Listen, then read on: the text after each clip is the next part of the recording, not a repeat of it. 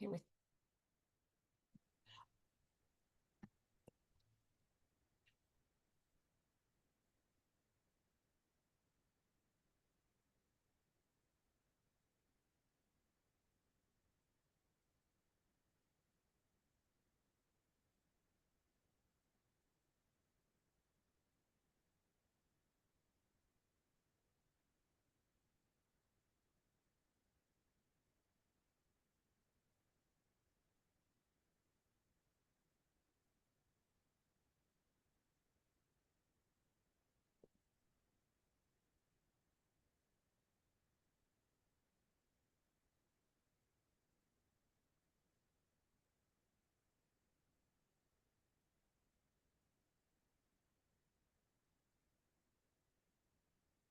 we can probably start now, Dr. Chang.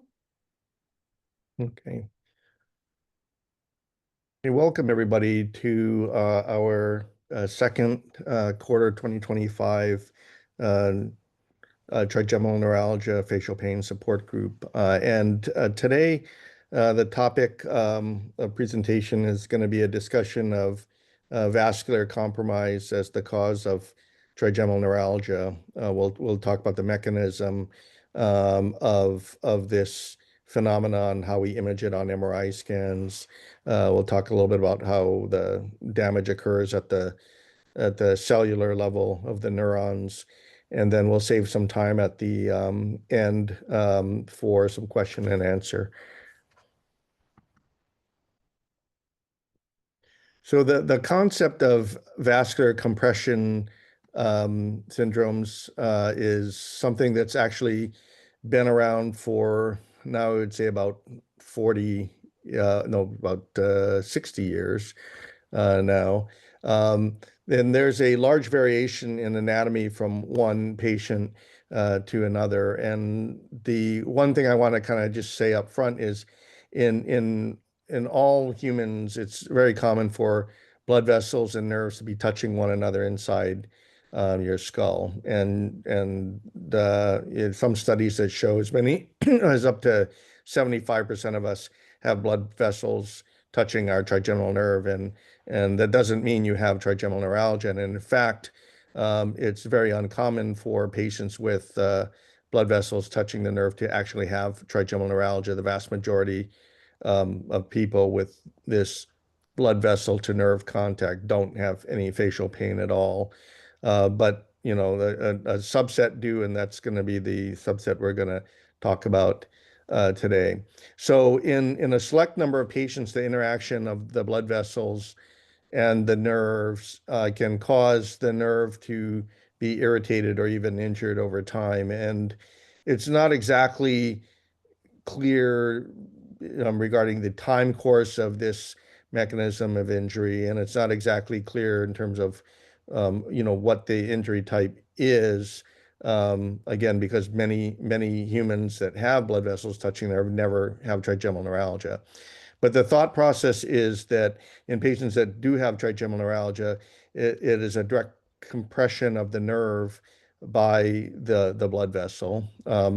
The blood vessels are typically arteries, and we know that arteries pulsate with each beat of your heart. So if you measure your pulse at your wrist, that's the same pulsation that the arteries in the brain have. And it could be the pulsation of the artery that's injuring the trigeminal nerve, causing the trigeminal neuralgia pain. What's also not clear is how the duration of pressure um, factors in. You know, if you have a blood vessel that's putting pressure on the nerve for 6 months, that may not cause the same level of injury and therefore pain as some blood vessel that's been pushing on the nerve for 6 years or 20 years. Um, but in any case, once the nerve is injured, it can then give the brain the perception of being stimulated by actual pain on the face. And so the nerve, once it's irritated and fires electronic signals to the brain, it can't tell the difference between, you know, somebody poking you on the cheek with a pin versus the actual trigeminal neuralgia pain. So when we look at imaging for trigeminal neuralgia, a couple things we notice is that if you do a CT of the head, it's not anatomically detailed enough to identify any vascular compression. On the CT scan, the trigeminal nerves will be located here and here, and we can barely make out the shadow of the trigeminal nerve, let alone any pain. So that's not really the imaging study that we can go with. So we typically like to look at MRI scans, and on MRI scans, we can clearly see the trigeminal nerve in more detail on certain slices. This is what's called a Fiesta sequence, and we'll come back to that in a few minutes. But this is the right trigeminal nerve here, and you can see this blood vessel crossing right here. It's this little mark there. That's a blood vessel that's crossing the nerve. Here's the left trigeminal nerve, and again, here's another blood vessel that's touching that left trigeminal nerve. So this is an image of a patient that has blood vessels touching both trigeminal nerves, yet they only had face pain on this left side. This is this first view here was a horizontal view. So here's the two eyes and here's the earlobe. So it's a cross section of the brain at the level of the eye and ear, a horizontal cross section. But we can look at the trigeminal nerve. This is in other angles. This is a vertical cross section. So the ear would be right ear is here and the left ear is here and the top of the head would be up here. And we can see the trigeminal nerve on the right is here and there's a blood vessel touching it there. Here's the trigeminal nerve on the left, right there. And finally, we can look at what's called a sagittal view. This is a profile view looking at the side. So the patient's face would be up here, the back of the head would be here, and we can see the trigeminal nerve coming off of the brain here as it exits the skull to go out to the face, and you can see some blood vessels in close proximity to them. So again, the best sequences are Fiesta sequences on the GE scanners. And if you are on a Siemens MRI scanner, it's a CISS sequence. But these are the sequences that show us the exquisite anatomic detail of the nerves themselves and the blood vessels. And it makes it very easy for us to see the contact between the structures. Both of these give the high resolution around the trigeminal nerve itself. So the MRI scans are useful in determining if there is a blood vessel touching your trigeminal nerve. Sometimes, we look at more than just like, is there a blood vessel or not? We look at how many blood vessels there are. There can be more than one blood vessel, and I'll show you some pictures where we see multiple blood vessels on a trigeminal nerve. But we're looking at the number of blood vessels.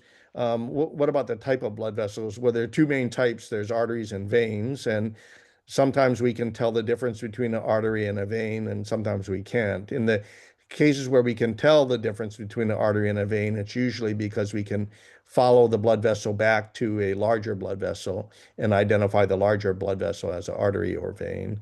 And then finally, we look at the size of the blood vessels, and I'll show you some wide variations in the size of blood vessels that we see on the scan. So this is a MRI scan that shows a single artery that's touching the nerve. So here's the artery right here. It's this faint little gray line. But as I toggle through the images, you'll see that this faint gray line here will come down and intersect with the nerve. So here's the nerve itself.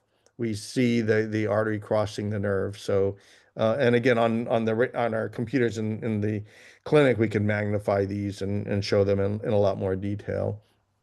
This is a MRI scan that actually shows two blood vessels on the nerve. So the nerve runs from the pons here out to a structure called Meckel's cave, and then to the ganglion. And on this view here, we can see there's two blood vessels that are running perpendicular to the nerve as it traverses out. This is an example of a large artery. Here you see there's an artery here, and I'm going to toggle through a couple of images that you'll be able to see how that artery swings around and hits the trigeminal nerve. And you can see how this artery is much larger than some of the other arteries I've shown you there.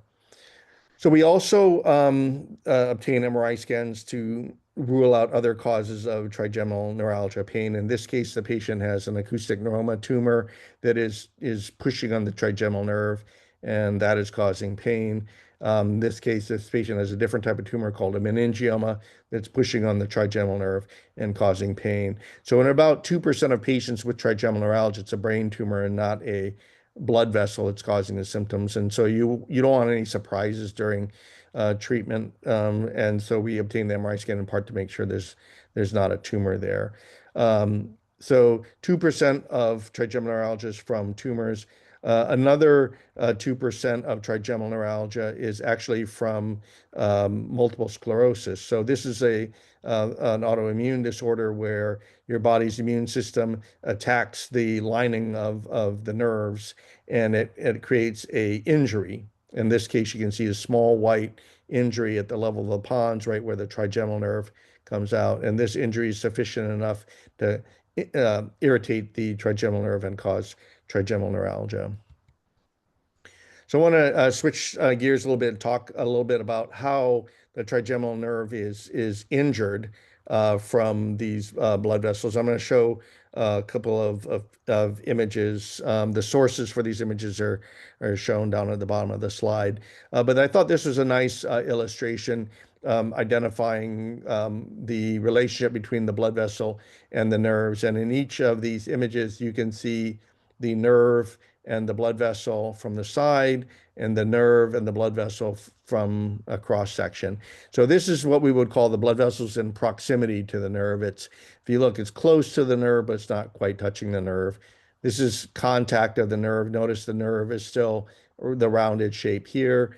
We have compression of the nerve. The nerve starts to have a crescent shape, and then true distortion of the nerve, where the nerve is even more crescent shaped there. So, one would assume that as we got more distortion of the nerve, you're more likely to have trigeminal neuralgia pain, but that's not always the case. Sometimes patients have, these type of indentations and they have no trigeminal neuralgia, and another patient may have just slight contact here and have trigeminal neuralgia. So it's more than just the amount of indentation of the nerve. It's how badly the nerve is irritated by that indentation.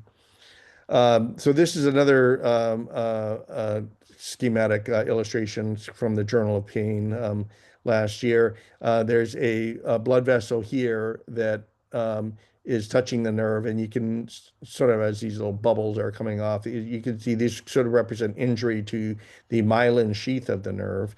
The nerves all have this coating, covering of the nerve. It's a protective coating that allows the nerve also to conduct signals. And if that protective coating is injured, it's thought that's part of the cause of trigeminal neuralgia. So here's a little cartoon here. There's an artery that comes down to the nerve here. The normal trigeminal nerve has this black coating, and the white skinny line in between that's actual nerve itself, but you have this black coating called the myelin sheath.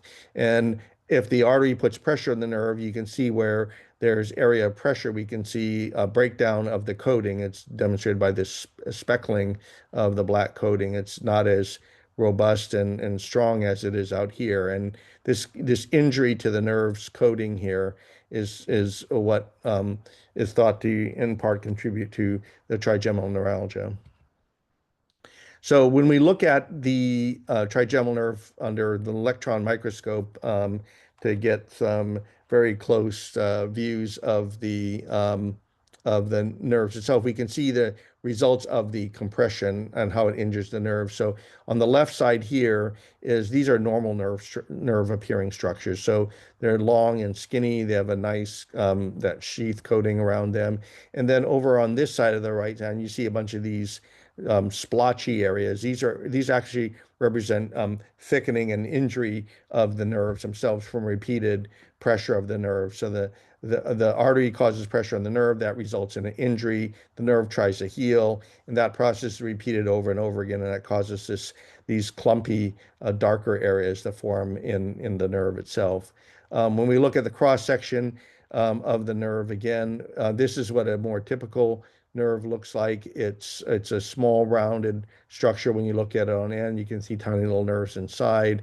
And as the nerve is repeatedly injured by the blood vessel, these nice neurons turn into much larger splotchy areas of scar tissue along the nerve. So this is what we see at the kind of the microscopic level at 400 times magnification. So now that we kind of know how we image the blood vessels and how the blood vessels are injured by the nerves, why is a microvascular decompression a good treatment for this? So there are a variety of treatments for trigeminal neuralgia that many of you know about. There's the microvascular decompression, which we'll focus on today. There's also stereotactic or radiosurgery, such as the Gamma knife or Cyber knife. And there's also some rhizotomy procedures using either heat, glycerol, or balloon compression that focus on damaging the nerve fibers to alleviate the pain. But why the microvascular decompression? This is the only treatment that addresses the root cause of the problem of the pain in the first place, which is the blood vessel pushing on the nerve. The other treatments, all the other treatments do nothing to move the blood vessel off the nerve.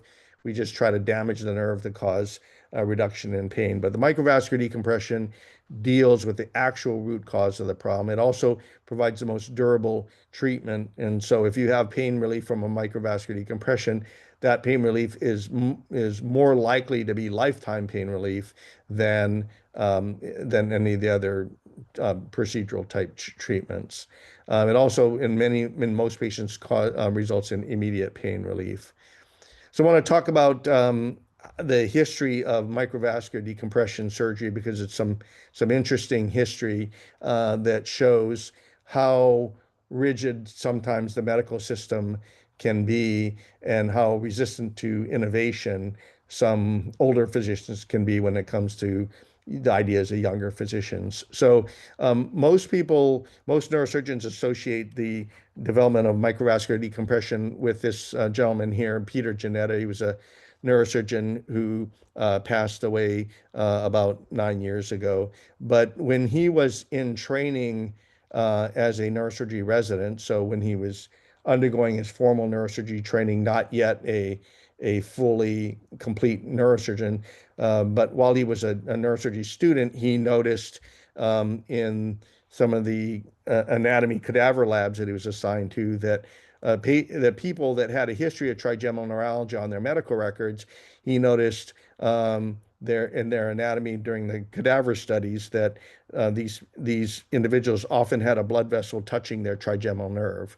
And so he was very suspicious that that was the cause of trigeminal neuralgia. And like any young, eager student, he took that information to his senior faculty members at UCLA, where he was training. And the senior neurosurgery faculty members told him this was a crazy idea. There's no way trigeminal neuralgia could be caused by blood vessels touching the nerves because blood vessels are always touching the nerves. And so Dr. Janetta proposed an idea to do what we now know as the microvascular decompression to the senior faculty at UCLA. And the senior faculty forbid him from trying to do that surgery. For one reason, he was not a full-fledged neurosurgeon yet. And number two is what he was proposing blasphemy to the established senior neurosurgeons, at his department. So if the neurosurgeons at the academic hospital in UCLA weren't going to listen to him, he decided to talk to another neurosurgeon. Dr. Alksney was a fully trained neurosurgeon at the time, but he was a junior faculty member at Harborview Hospital, which is the county hospital in Los Angeles. And Dr. Janetta talked to Dr. John Alksney, who actually just passed away about a year ago. But Dr. Alksney, being a junior neurosurgeon, was a little bit more open to the concept of maybe Dr. Janetta was onto something. And Dr. Janetta convinced Dr. Alksney to supervise him to do a surgery for microvascular decompression on a patient with trigeminal neuralgia. The problem was that Harborview was affiliated hospital with UCLA, and remember, all the senior neurosurgeons at UCLA forbid Dr. Janetta from doing this surgery or trying to do the first microvascular decompression. Furthermore, the microvascular decompression needs to be done under a neurologic microscope. And at the time, in the early 1960s, the microscope was a new tool for neurosurgeons. And Harborview Hospital, the county hospital, did not have a microscope, but the UCLA University Hospital did have an operating microscope. So what was Dr. Janetta to do?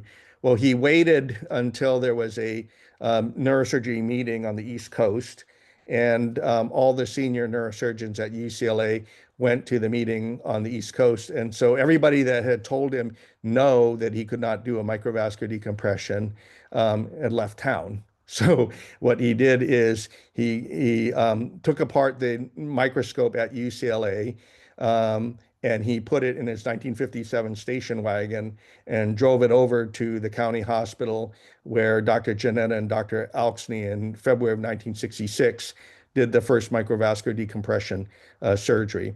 And this is actually a photo of the very first microvascular decompression surgery that had ever been done in history. And you can see this is the trigeminal nerve here, and this red structure A running behind the trigeminal nerve was touching the nerve and indenting, and this was the artery that they found. And you can see slight indentation of the nerve there. Interestingly, they also identified two other blood vessels. This was an artery here, labeled C, and there was another artery D here running along the nerve.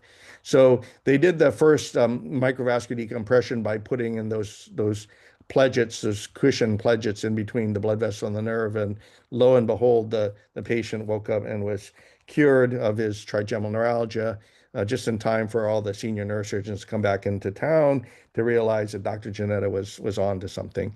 So without that kind of interesting story, it's possible that microvascular decompressions would have been delayed by several decades in terms of determining their efficacy for trigeminal neuralgia. So when you're talking about doing a microvascular decompression, there's a couple of key personnel in the operating room. The first is obviously the neurosurgeon. You want a neurosurgeon familiar with all the different techniques of managing trigeminal neuralgia, particularly microvascular decompressions. It's thought that having a basic volume, certain minimum volume per year keeps your skill set up when it comes to microvascular decompressions. And the neurosurgeon should also understand all the other alternative options, like when to not do a microvascular decompression, when is the stereotactic radiosurgery a better option. And the neurosurgeon should also be able to interpret MRI scans. Sometimes an MRI scan is read by a radiologist who's not very familiar with trigeminal neuralgia, and they miss the blood vessel that's in contact with the nerve. And the patient is told there's no obvious cause for your trigeminal neuralgia on the MRI scan, but when the neurosurgeon looks closely, they can sometimes find something that the radiology physicians might have missed. Having said that, having a good neuroradiologist is key to diagnosing trigeminal neuralgia, because they are the ones that protocol and run the MRI scanner that helps us identify the blood vessels that are touching the nerve there. Another key individual is a neurologist. Not only are these the individuals that are typically managing the trigeminal neuralgia patients with medications prior to surgery, the neurologist is also a useful physician in the operating room when you're actually doing a microvascular decompression, because the neurologist can actually monitor the function of the trigeminal nerve and the other nerves nearby, and give direct feedback to the neurosurgeon that everything is okay during the surgery. And so a neurologist is very important. We do all our procedures at Stanford in the operating room with the neurology department to have them give us this real-time feedback. The anesthesiologists are important because there are certain types of anesthesia that are given that allow the neurologist to do their testing. There's other types of anesthesia that essentially put the nerves completely to sleep and will not allow you to really monitor the nerves during the procedure. Ideally, you want an anesthesia physician that specializes in anesthesia for brain cases and someone that's very familiar with microvascular decompression. This is kind of the surgical approach. This is a patient who's getting draped for surgery. Here's his ear. He's looking forward. This is the skin behind his ear. We make an incision in the skin, and then you can see the planned circular bone opening. So these are kind of the standard treatments for the trigeminal neuralgia. We focus today mostly on the microvascular decompression, but I don't want people to come away thinking that that's the only option. These are the typical other options that are used, or either stereotactic radiosurgery using gamma knife or a linear accelerator like a cyber knife, rhizotomies, balloon compressions, glycerol injections, and a good trigeminal neuralgia surgeon should be adept at several of these, just so that when you're evaluating a patient, you're not just presenting one procedural option. You want to be able to do at least two or three of these so that you certainly can offer the patient alternatives when they're coming in for evaluation. So I want to show a couple of videos of what we see under the microscope. So this is kind of where we're starting with. This is a cartoon of the trigeminal nerve, and here's a artery that's compressing the nerve. This is called the superior cerebellar artery, and it's the most common artery that causes trigeminal neuralgia. So it's the superior cerebellar artery or one of its branches is typically what we see. So this is a photo, and then I'll show you some videos, but this is a photo of the trigeminal nerve here. You see it, there's two areas that's being compressed. There's an artery swinging around right here that's hitting the trigeminal nerve proximally, and then there's another artery that's running along the trigeminal nerve here, kind of running in parallel to the trigeminal nerve that we're also dissecting off right now. Now, one comment I did want to make about this artery, when the arteries run perfectly parallel to the nerve, they can often be missed on the MRI scan. Because if you think about it, the MRI is very good at picking up arteries that are crossing perpendicular to the nerve, creating like an X shaped sign. It's not very good if the artery is lying right along the nerve. It'd be like laying a piece of string along another piece of string, and then from far away, it looks like just one piece of string instead of two. So the concept with the microvascular decompression is to put a cushion in between the blood vessel and the nerve. And these cartoons make it look like there's just one nerve and one blood vessel, and there's nothing in the area. And in reality, it's much more complex than that. So this is a video here. It shows that there is the trigeminal nerve here. This is a vein. There's one cushion in place here that's separating this artery from the nerve. You can see that cushion's already in place. Um, there's an artery right here that has been lifted off of the nerve right there. We're tucking the artery and making sure the cushion's in place, making sure there's no contact between the artery and the nerve. And now we're going to come over to the other side of the nerve, and there is a blood vessel right here on the other side of the nerve that is in contact with the nerve. So we're going to take a separate cushion, and we're going to place it in this space here, just like we did on the other side, but we're going to place it in this space here to separate the blood vessel from the nerve. So we're selecting the right size cushion. We're going to drop it into roughly where we want to do it using a micro forceps. And then we'll take a small little instrument called a Roton dissector to tuck that cushion in place between the nerve and the blood vessel. Right now, it's just lying on the nerve. and it's not in the correct position. It wants to be in the space between the blood vessel and the nerve. And so we're going to carefully use these instruments to tuck that cushion in. Again, you got to be careful of all the other structures nearby, the veins, the other parts of the brain.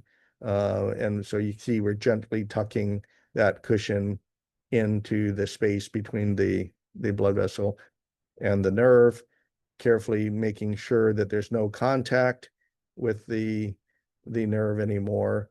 And then you can see that's the finished product. Here's another video that we have, again, showing the trigeminal nerve. Here we're dissecting the web of tissue off the nerve.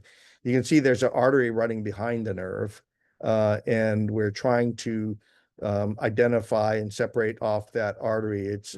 There's some adhesions called arachnoid. They're the clear membranes that we're separating off of the nerve. And in this case, we were able to completely separate those adhesions. Now we have the artery a lot more mobile with respect to the nerve, but it can still fall back into place. And so we put the cotton in there. In this case, we're putting 3 cushions of cotton to separate the blood vessel from the nerve there. Okay. Well, that concludes the actual slide presentation. I'm going to open up the presentation at this point for some questions and answers, and I'd be happy to answer them. You're free to type them into the question and answer box, and I'll answer them in kind of the order that they're coming in. And I'll read the question off before I answer them, so that those of you that are listening can understand the question. So the first question was, when we showed the different MRI views, we showed a horizontal view, which is called the axial view. We showed a vertical view, which is called a coronal view. And then we showed that profile view, which is called the sagittal view. The question was, on the coronal view, is the left trigeminal nerve normal, or is there a vessel touching it? On that particular slice that I showed, there was a blood vessel touching the right trigeminal nerve, but not the left trigeminal nerve. But as you scroll through the various different slices, and there's many slices through the brain there's a thin slice MRI, you can find out that there is a vessel touching that left trigeminal nerve. The next question is that, can the myelin sheath regenerate? So that's an excellent question. So the thought process is that if you take the pressure off of the trigeminal nerve with the cushion, the nerve is no longer being banged up by the blood vessel, that will cause some healing in the myelin sheath. So it will regenerate and heal, and I think that's part of the process that allows for long-term resolution of the trigeminal neuralgia pain. Now, I showed a couple of those microscopic slide where you can see the actual thickening and scar tissue. That doesn't necessarily go away. If the scar tissue is already there, then it's there. But certainly the myelin sheath, for the most part, can regenerate and recover. The next question is focusing on radiosurgery. It says, with a gamma knife surgery, does the damage to the neurons continue since the artery and the nerve are still in proximity to each other? And that's a great question, because when you use radiation, you actually are not doing anything about the contact between the blood vessel and the nerve. What the radiation is doing is simply damaging the nerve fibers so that they no longer can conduct pain. So the artery and the nerve are still in contact. The artery may still be damaging the nerve, but the nerve no longer has the ability to send the signals to the brain, because the radiation is damaged the pain fibers. So it's one of the few instances in medicine where you're creating a specific injury to a normal structure, in this case, the trigeminal nerve, in hopes of alleviating symptoms. But the primary downside with the radiosurgery and the rhizotomy procedures and the glycerol procedures, all of those are what we call destructive treatments, where you damage the nerve and try to break up the pain fibers so they no longer are in contact and conduct the pain signals. The difficulty with this procedure working long term is the damage that the body sees is your body doesn't know the damage was done for a good reason. It just sees damage and it tries to repair the damage.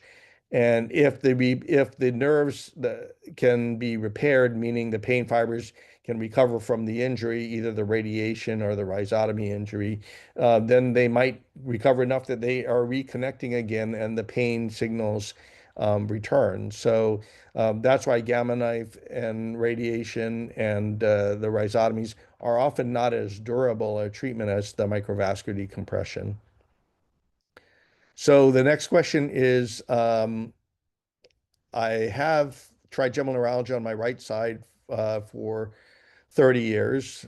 I had the decompression procedure done twice with good success, 12 years of relief the first time. I now have trigeminal neuralgia on my left side. So originally it was the right side, now it's the left side. Should I proceed with the MVD on my left side? What are the chances of the artery touching both the right and then the left nerve? Um, so it you have a left trigeminal nerve and a right trigeminal nerve. You also have a left superior cerebellar artery, that artery I showed that's the primary culprit. You have one on the left side and on the right side. So it's possible to have trigeminal neuralgia on both sides. In that case, it's not the same artery that's touching both nerves. It's just a different artery on each side that's touching the nerves. And this should be, started by getting a good quality image to see if there is contact of a blood vessel to the left trigeminal neuralgia, to the left trigeminal nerve, which is where you're now having the pain. You really want to get a good quality MRI scan, because there are some patients, and not many, but there are some in which these scans show absolutely no blood vessel touching the nerve. And if you have a microvascular decompression under those circumstances, there's the risk that you might find nothing inside the brain to pack off, in which case then you end up closing up and the patient had a procedure without much potential benefit. So in this situation, I would start with an MRI scan, and if there is a blood vessel touching the left trigeminal nerve, then you would potentially be a candidate for the microvascular decompression. The next question is, what are the cushions made of? In the videos, they look like little pieces of cotton. They're actually made of fluffy Teflon. So it's not the Teflon in the frying pans, but it's a fluffy Teflon that looks like a real cotton ball. You can fluff them up like a cotton ball, but they are an inert material that stay in place between the blood vessel and the nerve, and they rapidly scar into place. So once they're in place for a week or so, they won't move around or anything like that. How do the cushions stay in place? They stay in place because of the pressure between the blood vessel and the nerve, and that pressure holds the cushions in place. The other thing, if you notice from the videos, they're kind of fluffy and they're not smooth, and so when you put them in place, it's like putting a porcupine in place. The quills of the porcupine will prevent it from moving around, just like the fluffiness of cushions will prevent the cushion from moving out of place. The next question is, do you have to go directly through the brain to do this surgery? You actually don't go through brain tissue to do a microvascular decompression. You actually you have to open up the skull, but you slip down. There's a crevice, a corridor between the brain and the skull that carry you to the trigeminal nerve. So there's no going through brain. There's no cutting into the actual brain itself. Once you open the skull, this is done by all slipping along the cracks and crevices of the brain to get to the trigeminal nerve.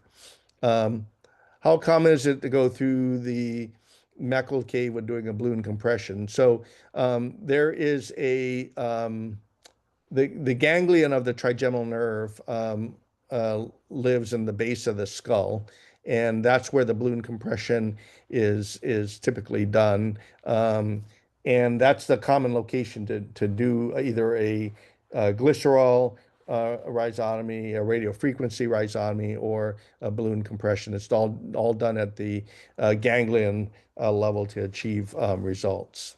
The next question. Do you use any other material besides Teflon to separate the vessel from the nerve? The Teflon is the most common way to do it, probably used about 95% of the time. People have tried to utilize, other ways to lift the blood vessel off the nerve, slings, for example, of inert material to try to kind of create a sling around the blood vessel and lift it up off the nerve. People have tried that. But I would say the vast majority of MVDs are done with the Teflon cushions. Um, Next question. Does the cushion that is placed between the blood vessel last for life, or does it eventually break down? It's an inert material that's not absorbed by the body, and so once it's placed in, it should eventually last forever. The only time I've seen cushions, I would say fail would be is if you have a huge blood vessel and you put a cushion in place. Sometimes the cushion is much too small from a size standpoint to separate the large blood vessel from the nerve. I kind of use an example if I bring in a small animal, let's say a puppy, and I put him on a pillow, the puppy and the pillow there'd be enough cushion in the pillow to separate the puppy from the floor. Now, if I use the same pillow and I bring in an elephant and I sit him on the pillow, the sheer size of the elephant will flatten the pillow, and the pillow essentially will provide no cushion in that situation. So with larger blood vessels, you have to use multiple of these Teflon pledgets, sometimes as many as 7, 8, 9, or 10 in there to try to build up as much of a cushion as possible. But again, they don't break down, but they can be severely compressed if the blood vessel is too large. Um, Next question. I have tingling in my temple region every time I touch my gums along my lower lips with my tongue. I don't have any pain. I've been told, yes, it's trigeminal neuralgia. No, it's not trigeminal neuralgia. MRI confirms mild compression of the nerve. So this is a good question because it begs the question, what is the definition of trigeminal neuralgia? Trigeminal neuralgia is a specific pain syndrome that's sharp electrical shock-like pain that is along the face, um, generally radiating down the face. If you don't have that sharp electrical shock-like pain, if it's just kind of some tingling and whatnot, it may be something different, maybe uh, not trigeminal neuralgia, but trigeminal neuropathy, which is a related syndrome that can cause other types of symptoms. So it's not just because you have MRI scan that shows mild compression of the nerve, the symptoms in this situation, because they're not sharp electrical shock-like pains, would make me think twice about a microvascular decompression because it doesn't sound like that this is trigeminal neuralgia to me. The next question, what is the success rate of a microvascular decompression? So the answer to this question depends upon how accurately you're screening patients. If the patients have the typical trigeminal neuralgia symptoms, which is sharp electrical shock-like pain, if they have specific triggers like eating, talking, touching the face, wind blowing on the face, that actually supports the diagnosis of trigeminal neuralgia. If the patient responds to trigeminal neuralgia medications like carbamazepine, if they have a good response to that actually supports the diagnosis of trigeminal neuralgia. So if based on symptoms, triggers, and response to medication, it sounds like you have trigeminal neuralgia and an MRI scan shows a blood vessel touching the nerve, you have a high chance of success rate with a microvascular decompression, 85 to 90% chance of either complete pain relief or significant reduction in pain. Now, if you have a patient that doesn't have these sharp electrical shocks that come and go, particularly they have pain nonstop 24 hours. In true trigeminal neuralgia, the pain has breaks in it.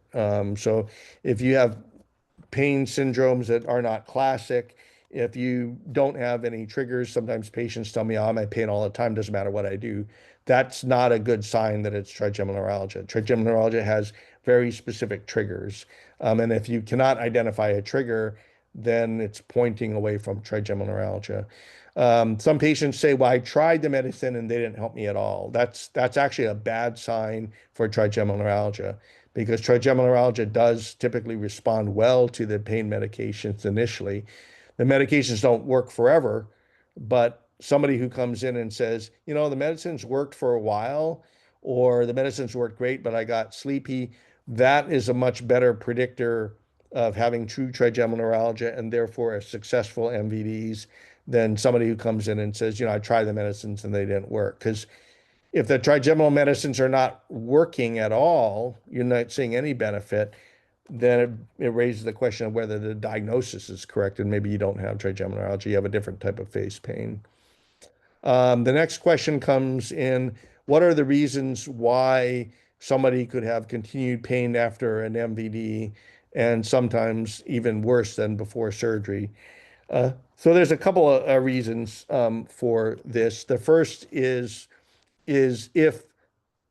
the if all the blood vessels that are touching the nerve were not identified, like if you saw the first blood vessel was a large one, it was indenting the nerve, and you put the cushion between that blood vessel and the nerve, and then was done and with the surgery.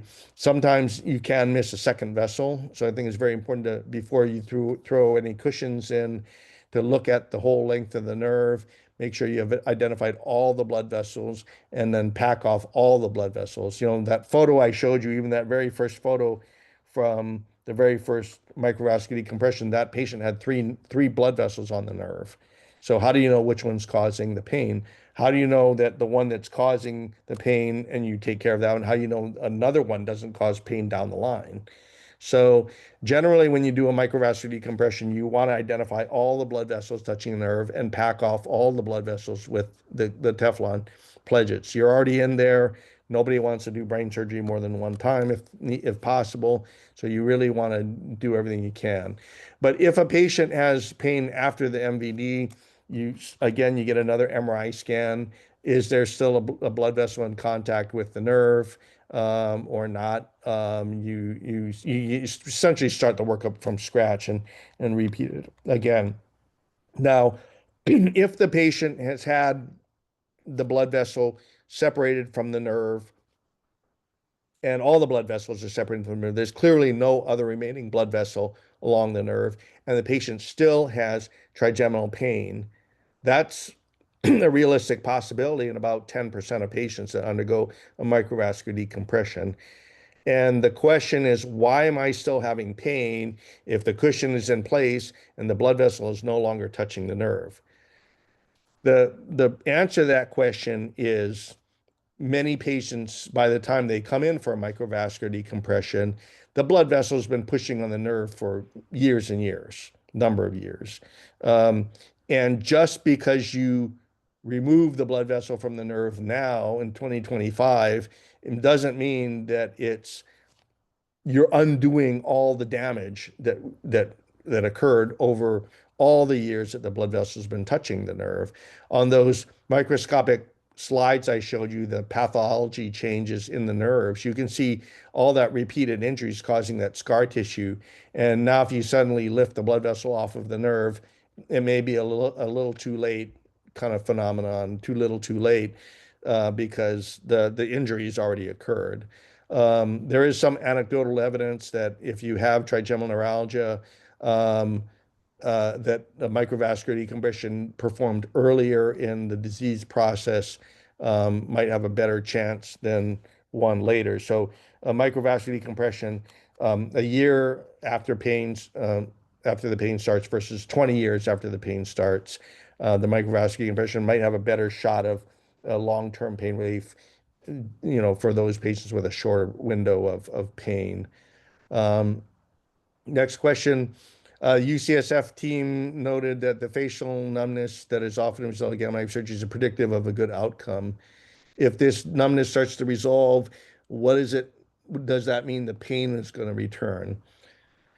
Okay, there's a great question here because it you need to understand kind of what comprises a trigeminal nerve. The trigeminal nerve, the sensory portion of the trigeminal nerve, which is the largest portion, is comprised of pain fibers, pain neurons, and sensory neurons, and neurons that control, feeling, temperature in the face, the non-pain sensory modalities that we feel. When you use radiation to treat the trigeminal nerve, the radiation damages both the pain fibers and the sensory fibers. So if you damage the pain fibers, the trigeminal neuralgia goes away. If you damage the sensory fibers, you may get some numbness. Now, we talked about the healing process that can occur. If the sensory fibers start to heal, that may make your numbness better. However, while that sounds like it clinically is a good thing, just keep in mind that that may imply that the pain fibers are also healing and are getting reconnected. So if you have numbness and it starts to resolve, that means you have a higher chance of pain recurrence than a patient whose numbness doesn't resolve. Because the sensory nerves are a proxy for the pain nerves in terms of level of recovery. So numbness is a good predictor of the durability of pain relief after radiation. Next question. I had an MRI of the brain and the neurosurgeon told me he saw a vessel on my left trigeminal nerve. I will confirm, but would an MVD procedure be successful because it's the first time on my other side of the face? And I think this is the patient that had trigeminal neuralgia on the right side 20 years ago.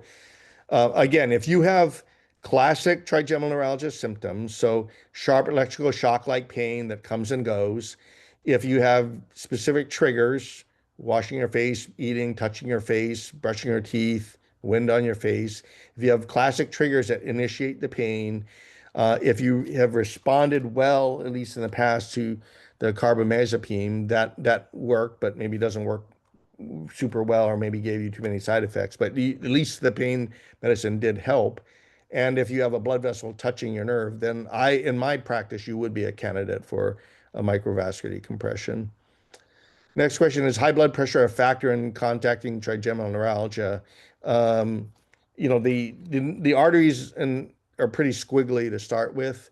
High blood pressure may not create more curves or bending in the blood vessel, but it certainly might create a greater sense of pulsation of the blood vessel, which we talked about pulsation being a potential cause of the damage for the nerve. Um, Next question is, what is the recovery from the MVD like? How long does it take to feel pain relief? So most patients that have an MVD, if they are going to have pain relief, they have pain relief almost immediately, meaning they wake up in the recovery room and from then on they don't have pain. There are about 5 to 10% of patients that still have some residual pain for a week or so after the surgery before it goes away. And then there's about the 10% that don't have any improvement in pain. So if you had, for example, 100 patients, I would say 85 would have immediate pain relief after MVD, 5 would have pain relief over the next week after MVD, and 10 would not have any pain relief. So that's how I would break it down. The next question is, what are the complications, if any, of having an MVD after gamma knife surgery? That's a good question because in general, and this is a very large generalization, um, the best treatment for trigeminal neuralgia is the first treatment, the first shot that you try to get rid of the pain. And the reason for this is all these treatments, whether you do an MVD or whether you do radiation or whether you do a balloon or glycerol or anything, all these treatments start causing some scar tissue around the nerve and make the nerve less robust and less healthy and things like that. So if you have an MVD after a gamma knife surgery, the gamma knife radiation would have caused some injury to the nerve. The nerve often looks paler, thinner. It's the radiation damages some of the myelin sheath around the nerve fibers. So the nerve is a little bit skinnier, smaller, and less robust. That doesn't mean you can't do an MVD. It means, you need to kind of factor in the prior treatments prior to considering it. Also, sometimes after you have a, a destructive procedure like radiation or the rhizotomies, that can sometimes change the nature of the pain. And so sometimes a patient will say, I had gamma knife treatment and it made pain better for a couple of years, but now the pain's coming back, but it's different. Instead of sharp electrical shocks, it's more this dull, achy pain. And see, at that point, the nature of the pain is, and the appearance of the pain is changing, and the MVDs potentially are likely to have a lower success rate. But bottom line, as I tell a patient, if you've had a radiation treatment um, based on the symptoms in the MRI scan, if you are a candidate for an MVD, I still offer that option to the patient. What we do is we just ratchet back the expectations a little bit. So instead of an 85 to 90% success rate, maybe we're down to 75 to 80%. So we factor that in if you've had a prior treatment. Um, the next question talks about is there specialists in the Southern California area? There are some specialists on there. They should be on the Facial Pain Association website. They have a list of physicians based by area. They can help you find somebody in your area that is qualified to do this. The next question is, I had two neurolyses after an MVD. I never got feeling back on the side of my face and still suffer with the pain. Now I'm numb and have pain. So again, the microvascular decompression is considered a non-destructive technique. It is um, it doesn't try to achieve its results by injuring the nerve. The neurolyses, the glycerol injections, the radiation, the rhizotomies, they all try to achieve their results by damaging the nerve. And by damaging the nerve and trying to damage the pain fibers, you're also going to have a potential damage to the sensory fibers, which can cause the numbness. So it's possible if the sensory fibers are damaged, that gives you some numbness. And but if the pain fibers are still intact, then you can still have some pain. So that's why it's possible to have both. The next question is MVDs covered by insurance. MVDs are covered by insurance because the cost of a microvascular decompression is much less than the cost of being on medications for a lifetime or undergoing a series of repeated neurolysis or radiation type procedures. So MVDs are covered by all insurances, covered by Medicare, as well as a standard of care treatment for treating this disorder of pain. So I think I've gotten through all the questions. I did want to thank everybody for your attention and this evening and during the summer. I know it's harder with the summer with a lot of things going on, but I want to thank you again for your attendance. The video will be posted and wishing everybody else a great rest of the evening and the great rest of the week. Take care, everybody. Bye-bye. Thank you, Dr. Chang.